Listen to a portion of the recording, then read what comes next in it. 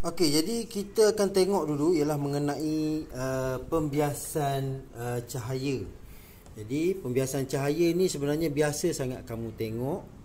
Contohnya apa dia, pensil kelihatan bengkok di dalam air. Kamu nampak ni, kamu ambil secawan air gelas, kamu letakkan pensil di dalam gelas tersebut, memang daripada tepi ni kamu akan nampak pensil ni kelihatan bengkok.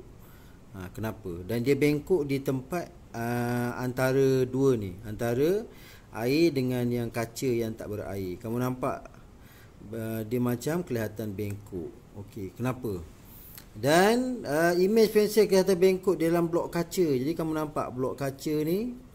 Okey, ni pensel yang mana tidak ada tidak ada apa yang menghalang dia lah. Dan mana ini ada yang menghalang dia adalah blok kaca. Maksudnya menghalang ni kita letak dia macam ni, blok kaca macam tu. Jadi kita tengok berdepan dengan dia, satah dengan dia, tegak, kita dapat tengok bahawa di sini terbentuknya imej kan. Kamu dapat sini, dapat imej tu tidak selarilah dengan pensel yang asal ni. Ini sebenarnya fenomena ni adalah dikatakan fenomena pembiasan cahaya. Fenomena ini dikenali sebagai pembiasan cahaya yang berlaku disebabkan oleh perubahan halaju cahaya apabila merambat melalui medium yang berlainan ketumpatan optik yang ditunjukkan dalam rajah 6.2. Jadi kamu dapat tengok sinar tuju kan, sinar tuju yang mana sinar tuju ni dia melalui kawasan yang ketupatan rendah. Ini ketupatan rendah di kawasan luar ni. Bila mana dia melalui blok kaca, dia kena sini dan melalui garis normal ni, kamu akan dapati bahawa sinar biasa ni dia akan merapati, garis normal. Dia semakin rapat dengan garis normal. Dan bila mana sinar tu dah merapat garis normal, dia keluar balik, kamu akan dapat tengok sinar muncul dia sudah pun berbeza dari segi dia punya tujuan, hala tuju dia tu. Ni macam ni, sepatutnya kena tembus macam ni ingatlah sini. Tapi tak, dia tembus sini. Sebab apa? Berlakunya biasan di sini. Okey, kita baca sikit mengenai info Bestari ni. Okey, ketepatan optik tidak sama dengan ketepatan yang didefinisikan sebagai jisim per unit isi padu. Jadi dia sebenarnya tak sama. Tak sama seperti mana kita faham tu. Okey, misalnya ketepatan minyak lebih rendah daripada air menyebabkan minyak terapung di atas permukaan air. Tetapi ketepatan optik minyak pula lebih tinggi daripada ketepatan optik air. Jadi sebenarnya dia tak bukan seperti mana yang kamu faham jisim per unit isi padu, bukan. Dia ni dia melibatkan optik, iaitu sinar tuju. Maksudnya bila mana menceritakan pasal hala tuju kan, hala tuju cahaya tu, bila mana dia dah melalui kawasan yang optik yang tinggi ketupatannya, menyebabkan apa dia? Menyebabkan cahaya tu terbias kan. Cahaya tu terbias. Okey. Secara logik lah, bila mana kita daripada sinar ni, sinar tuju ni, dia bila mana dia melalui sesuatu kawasan yang lebih padat, lebih padat, lebih tumpat. Jadi sudah tentulah dia punya hala tuju cahaya tu kan, hala tuju cahaya akan berubah. Betul tak?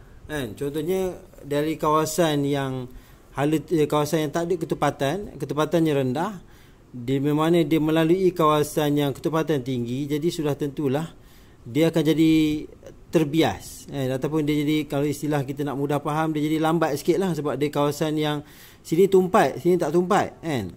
Jadi dia terbias. Dia akan terpergi ke menghala ke arah garis normal kan. Dia akan merapati garis normal. Okey, berdasarkan rajah 6.3 dalam buku teks kamu ni, rajah 6.3, sinar cahaya membengkok ke arah garis normal apabila cahaya merambat dari medium yang ketepatan optik rendah ke medium yang ketepatan optik tinggi, blok kaca. Okey, jadi hal ini kerana cahaya laju berkurang. Jadi dia jadi kurang sebab apa? Dia lalu kawasan, dia masuk kawasan tumpat, tinggi ketupatannya. Jadi sini laju. Dia masuk je kawasan lebih tumpat ni, dia jadi hal laju tu jadi berkurang. Hal laju cahaya ni lah berkurang menyebabkan dia merapati garis normal. Oleh itu sudut biasan di R-nya adalah lebih kecil daripada sudut 7, iaitu I. Jadi kamu kena bezakanlah di sini, kamu dapat tengoklah R ni adalah simbol untuk sudut biasan, yang ni adalah simbol untuk I, itu adalah sudut sinar 7. Okey, sekiranya cahaya tu iaitu sinar 7 ni, dia melalui daripada kawasan yang ketepatan tinggi, dia lalu pula kawasan, dia melepasi ni dan pergi sahaja ke ketepatan rendah, apa akan jadi? Kamu akan dapat tengok bahawa sinar biasan dia ni akan menjauhi daripada garis normal. Ni garis normal yang titik-titik ni. Jadi kamu akan dapati yang R dia ni akan jadi lebih besar daripada sudut untuk sinar 7. And R tu adalah sudut untuk sinar biasan. Jadi kita dapat tahu sini bahawa apa dia? Laju cahaya bertambah ketika cahaya merambat dari medium yang tumpat ke medium yang kurang tumpat. Oleh itu kita dapat tengoklah dia jadi macam ni. Dia menjauhi daripada garis normal. Itu sahaja yang kita nak kena faham dalam dalam bab ini yang paling besar sekali. Maksud saya yang paling basic yang perlu kamu ketahui. Bila mana dia cahaya tu melalui daripada tempat yang kurang tumpat kepada tumpat, kamu akan dapati sudut biasanya, sinar biasan tu sudutnya akan jadi lebih kecil daripada sinar 7. Dia punya sudutnya. Tapi bila mana daripada kawasan yang ketepatan tinggi ke kawasan ketepatan rendah, kamu akan dapati dia punya R, iaitu sudut sinar biasanya, akan jadi lebih besar berbanding sinar 7 dan dia akan menjauhi daripada garis normal. Okey, jadi dua perkara ni adalah asas kepada bab ini. Saya harap kamu dapat memahaminya daripada awal. Faham daripada awal. Bila mana ketepatan rendah ke ketepatan tinggi, apa jadi? Ketepatan tinggi ke ketepatan rendah, apa jadi? Adakah dia menjauhi garis normal atau mendekati garis normal? Itu adalah basic. Okey, ini adalah formula pertama dalam bab ini yang perlu kamu ketahui, iaitu mengenai indeks biasan. Okey, indeks biasan ni adalah menentukan darjah pembengkokan alur cahaya apabila cahaya merambat dari vakum ke suatu medium. Oleh itu, kita dapat definisikan indeks biasan ni sebagai nisbah laju cahaya daripada kawasan di dalam vacuum kepada cahaya di dalam medium. Okey, iaitu laju cahaya dalam vacuum ni adalah C. C ni sama dengan apa? C adalah nilai tetap, iaitu 3/10⁸. Itu nilai C. Dan V, laju cahaya medium ni, ini yang kadang-kadang dalam soalan dia berikan untuk dia tahu apakah indeks biasan. Kadang-kadang dia tak berikan, tapi dia berikan kamu indeks biasan dan dia suruh kamu kira berapakah laju cahaya dalam medium. Jadi kamu nak kena tengoklah, kalau boleh hafal sikit dan ketahui bahawa C itu sebenarnya adalah nilai tetap, iaitu 3/10⁸ meter per second. Okey, apabila ketepatan optik meningkat, nilai indeks biasan N akan bertambah. Jadi kamu ingatlah bila mana ketepatan optik bertambah, contohnya besi, kamu tengok daripada dalam kaca tu optik dia lebih tinggi kan. Jadi nilai indeks ni akan lebih tinggi. Indeks biasanya akan lebih tinggi. Okey. Sebab apa? Sebab kamu tengok sinilah. Ni 3/10⁸, dia tetap. Kalau laju cahaya dalam medium, sudah tentulah kalau kaca tu akan jadi menurun. Bila mana dia menurun 3/10⁸ tu bahagikan nilai yang kecil, maka sudahlah tentu nilai sini akan jadi tinggi. Betul tak? Itu secara logik dia. Okey, N akan bertambah. Okey, nilai N akan sentiasa lebih atau sama dengan 1.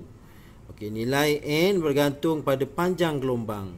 N itu cahaya yang digunakan. Okey, perubahan suhu juga boleh mengubah nilai N sesuatu bahan. Okey, ini kita akan tengok kemudian nanti, itu penjelasan mengenai laju cahaya ini. Okey, kita pergi kepada hukum Snell. Okey, hukum Snell ni sebelum kita cerita pasal hukum Snell, kita tengok dulu indeks biasan. Indeks biasan. Okey, contohnya sini dia bagi vacuum dan udara. Jadi seperti mana kamu tahu bahawa N sama dengan C per V. N sama dengan C per V. V ni adalah mediumnya. C tu adalah nilai tetap, iaitu 3/10 kuasa 8 lah meter per second.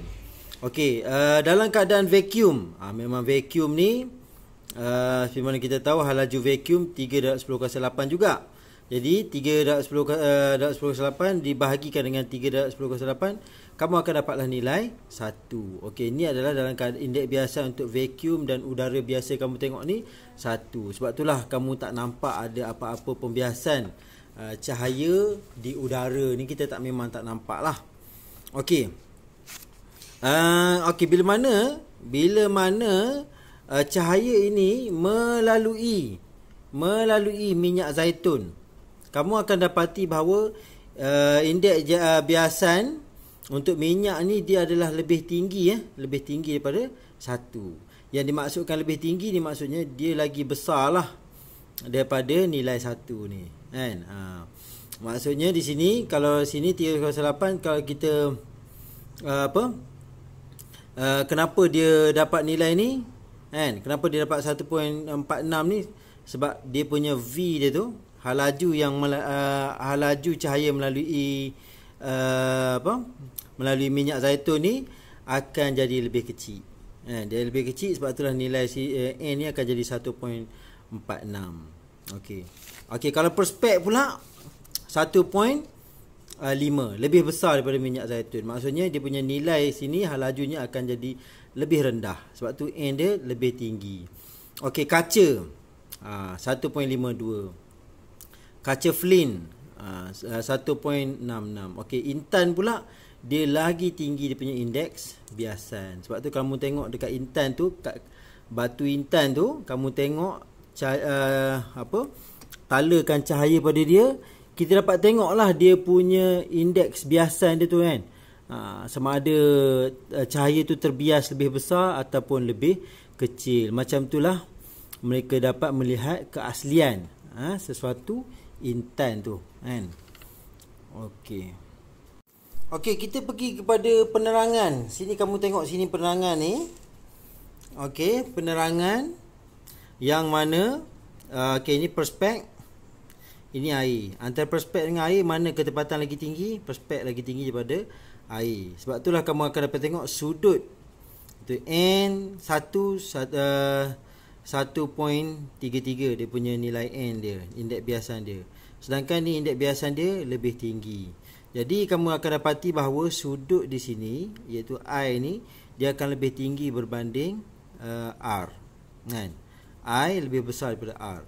Okey, kalau sini pula kamu tengok kaca Flint air, dan kamu akan dapati bahawa kaca Flint ni dia punya nilai R dia lebih rendah berbanding airnya. Sebab tu kaca Flint ni ketepatan dia lebih tinggi lah berbanding air. Dan kamu tengok sendiri daripada dia punya nilai N nya. Okey, nilai N dia lebih tinggi, kan? Tinggi sebab apa? Sebab sudah tentulah dia punya halaju cahaya yang melalui ini kaca Flint ni lebih rendah, dan maka nilai N dia akan jadi tinggi. Okey, manakala yang ni pula kamu tengok, okey, untuk intan dia punya sudut dia 24.9, maksudnya lagi rendah, kan? Sebab apa? Sebab bila mana cahaya melalui intan ni, halajunya akan jadi rendah. Bila halaju rendah, N sama dengan C bahagi dengan V, kan? V ni adalah sangat rendah. Bila V sangat rendah, maka N akan jadi tinggi, kan? N tinggi. Jadi bila mana cahaya ni dia lalu kawasan yang lebih tumpat dan sangat tumpat, maka sinar biasan dia ni akan merapati garis normal. Okey, daripada rajah 6.5 yang pertama kita bincangkan tadi, nilai N1 sin sin untuk sudut 1 itu sudut 7 dalam medium 1 adalah sama dengan N2. Sin sudut 2 itu sudut biasa dalam medium 2. Ini sudut biasa dalam medium 2. Ini adalah sudut 7 dalam medium 1. Jadi kita dapat tengok sini bahawa kalau mengikutkan hukum Snell, bahawa N1 darabkan dengan sin sudut 7 sama dengan N2 darabkan dengan sin sudut biasan. Jadi maka bila mana N ni kita turunkan pergi ke sini kan, sin turun sini, jadi kita akan dapat macam ni lah, ini nilai dia kan. Jadi N2 bahagikan N1 sama dengan sin sudut 7 dibahagi dengan sin sudut biasan. Jadi N ni seperti mana kita tahu, N1 tu adalah untuk medium udara lah kan. N1 tu untuk medium udara seperti mana kamu tengok tadi kan. N1 tu untuk medium udara. Itu kes yang mana kalaulah N1 tu adalah untuk udara, maka N sama dengan 1. N1 ni sama dengan 1. Jadi bila mana kita tukarkan kat sini, N ni sama dengan 1, maka kita jadikan seperti ini sajalah. N sama dengan sin sudut 7 bahagikan dengan sin sudut biasan. Okey, jadi ini untuk kes yang mana di sini yang mana N nya adalah nilainya adalah 1. Okey, bila mana kamu tengok N1 ni bila mana nilainya adalah, kalau di sini adalah udara lah, dan medium ni selain daripada udara lah kan, maka kita akan dapat, kita boleh gunakan formula yang ini. Okey, hukum pembiasan cahaya lah, ini hukum pembiasan cahaya. Jadi soalan yang biasa yang berkisarnya, dia akan tanyalah, dia akan bagi kamu apa nilai N dia akan tanya nilai N sekiranya di sini adalah udara. Kemudian dia bagi kamu sudut-sudut ni untuk kamu kirakan berapakah indeks biasan. Okey, perhatikan rajah 6.7 soalan ni. Okey, mengapakah sinar cahaya membengkok apabila memasuki blok kaca? Jadi blok sebenarnya sinar ni dia membengkok disebabkan oleh apa? Bergantung kepada sudut 7 dan juga nilai indeks biasan blok kaca tersebut. Itu sebenarnya yang menentukan kepada pembengkokan cahaya tu. Okey, jadi apakah faktor mengapakah cahaya ni dia bengkok apabila dia melalui blok kaca? Ada dua faktornya, itu sudut 7 dan juga nilai indeks biasan blok kaca tersebut. Seperti mana kamu ketahui, semakin tumpat semakin dia punya nilai N dia tu akan jadi lebih besar. Indeks dia akan jadi lebih besar. Jadi indeks lagi besar, kamu akan dapat tengok dia punya sinar biasan dia tu dia akan lebih merapati kepada garis normal. Jadi eksperimen dijalankan. Saya minta sangat kamu tolong biasakan dengan membaca eksperimen. Tolong biasakan dengan membaca eksperimen. Sebab apa? Sebab kamu akan dapat idea macam mana nak menjawab soalan eksperimen sekiranya kamu tengok eksperimen kan. Kalau kamu jarang membaca eksperimen, saya takut kamu bila ada soalan eksperimen kamu tak mendapat idea macam mana nak menjawab soalan eksperimen. Okey, soalan-soalan ni dia okey, antaranya sini dia menguji sudut inference sudut biasan bergantung pada sudut 7. Okey, hipotesis semakin bertambah sudut 7 semakin bertambah sudut biasan. Tujuan dia menentukan indeks biasan blok kaca. Jadi dia akan buat macam ni lah, dia susun macam ni. Ni kotak sinar. Jadi dia alih-alihkan kedudukan kotak sinar ni. Dia tak sini, tak sini, tak sini. Jadi dia nak tengok bagaimanakah keadaan sinar ni, yang indeks biasan ni, selepas apabila dia melalui kawasan dalam blok kaca ni. Okey. Jadi itu semua akan kamu akan dapat tengok lah kan. Kamu akan dapat tengok sekiranya dalam eksperimen dia ada video di sini. Kamu boleh gunakan kamu punya handphone, smartphone, scan ni untuk kamu dapat tengok dia punya eksperimen bagaimana ia dijalankan. Okey, apakah kesimpulannya yang kamu dapat tengok sini kan? Dia diminta kamu untuk beri sedikit perbincangan lah bagaimana apakah yang terjadi berdasarkan apa yang kamu telah pelajari sebentar tadi. Okey, kita tengok kepada dalam nyata dan juga dalam ketara. Okey, dalam nyata dan juga dalam ketara. Yang mana kebiasaannya kamu tengok ikan ni, kan, image ikan ni dalam air kamu nampak dia dekat dengan permukaan air. Sebenarnya dia tak berada di permukaan di sini, dia berada lebih dalam. Kenapa ini berlaku? Sebab apa? Sebab cahaya merambat daripada ikan ni. Daripada ikan ni, dia melalui daripada kawasan yang ketepatan tinggi ke ketepatan rendah. Sebab tu, bila mana dia lalu macam ni, maka sinar biasanya akan menjauhi daripada garis normal. Ni garis normal. Tengah ni garis normal. Okey. Yang ketepatan tinggi, dia merapati garis normal. Ketepatan rendah, dia akan menjauhi garis normal. Bila mana dia menjauhi garis normal, dan dia pergi, cahaya ni pergi ke mata kamu. Jadi bila daripada sini kita lukiskan, kan, kita lukiskan dengan titik-titik di sini. Di sinilah kita akan nampak image-nya. Image-nya di sini, tapi sebenarnya objek yang sebenarnya adalah berada dalam lebih dalam berbanding image. Okey, ini terjadi sebab apa? Sebabnya pembiasan itulah, kan. Pembiasan kesannya apabila cahaya ni, dia cahaya yang terbias tu dia menjauhi daripada garis normal. Jadi kedudukan sebenar objek kita jadi macam tersalah, kan? Tersalah, kan? Sepatutnya objek berada di sini, projek berada di sini, kan? Tapi disebabkan oleh pembiasan cahaya tu, kamu akan nampak ikan tu dia berada lebih dekat dengan permukaan. Itu sebabnya. Okey, sekarang ni dia nak kita ada aktiviti yang mana kita nak macam mana nak melukis image, kan? Okey, pastikan bila mana kamu nak lukis image, kamu kena ketahui bahawa kedudukan objek lah. Di sini kedudukan objeknya. Kedudukan objeknya yang mana cahayanya akan merambat dari sinar tujunya, kan, pergi ke kawasan permukaan ni, dan di sini jangan lupa kamu lukiskan garis normal. Dan sudah tentulah kalau dia cahaya yang terbias yang terhasil disebabkan dia melalui kawasan ketepatan tinggi ke rendah ni. Okey, sini rendah, sini tinggi dia punya ketepatan dia. Jadi sudah tentulah dia akan menjauhi, kan, menjauhi daripada garis normal. Kalau sini ketepatan tinggi, dia akan merapati, kan.